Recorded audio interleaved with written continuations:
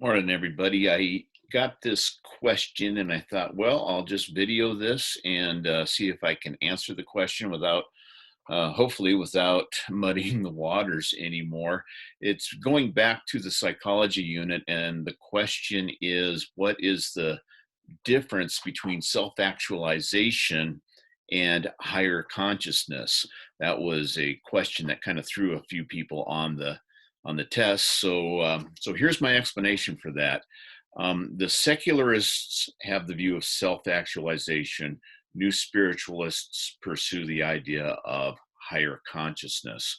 The main difference between the two is each worldview's concept of self, okay, whatever we view the self to be. So the secularist believes that self-actualization is the stage where each person meets his or her full psychological potential. In other words, be the best you that you can be.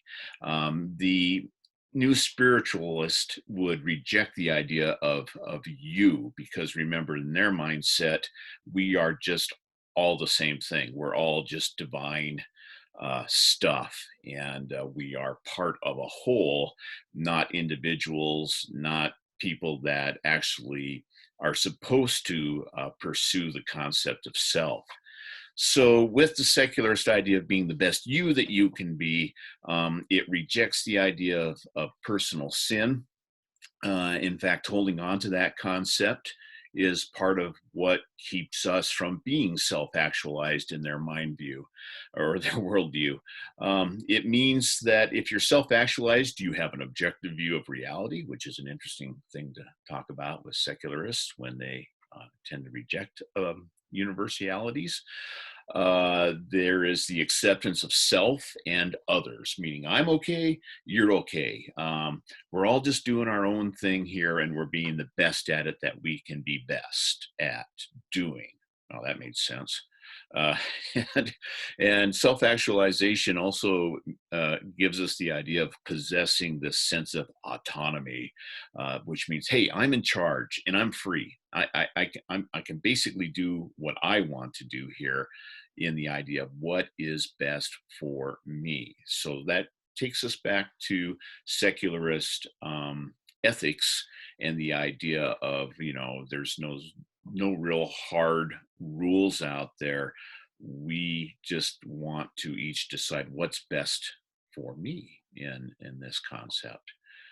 In short, the personal self is transcendent above everything else. Okay.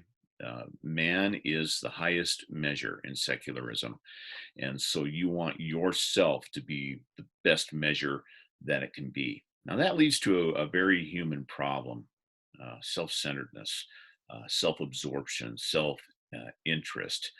Um, if self actualization is right, then anybody that hinders my fulfillment, then I have a right to be indignant towards them.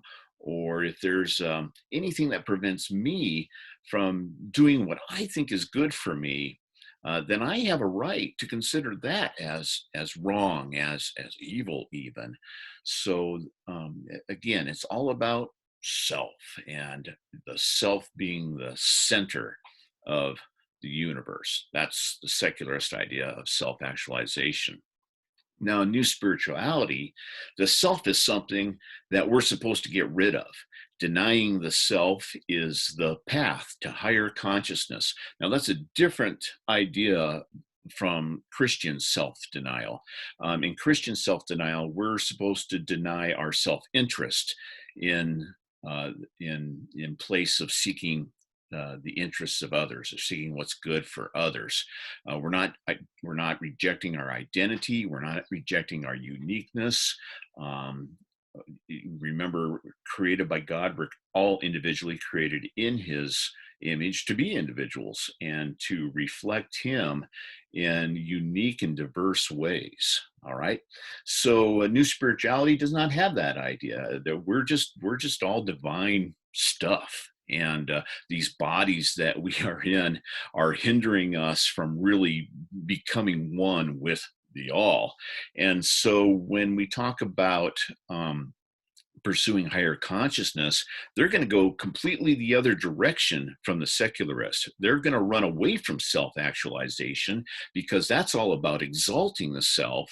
And in new spirituality, to pursue higher consciousness, you have to get rid of the self. You have to undo that whole idea. Um, New spirituality rests heavily on Buddhist teaching. And here's something that the Dalai Lama said. Let me read this for you.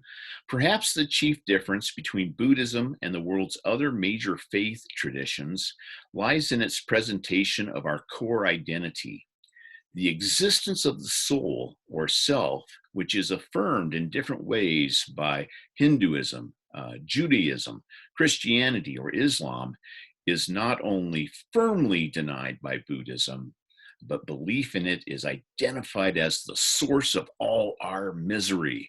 So, as you can see there, the idea of what makes us miserable, it's holding on to this concept of selfhood, and we need to reject that. And again, allow our divine matter to merge with the cosmic universality that is out there, to become one with the force, so to speak. So, in light of that, we should see that secularists and new spiritualists have very different concepts of self. In fact, they are moving in completely opposite directions. So, self actualization goes one way, higher consciousness, the pursuit of that, goes another way. So, again, kind of confusing stuff, but I hope that kind of cleared up that a little bit. So thanks for asking the question. Keep up the good work, and hey, keep throwing more questions my way. I'd be happy to tackle them as best I can.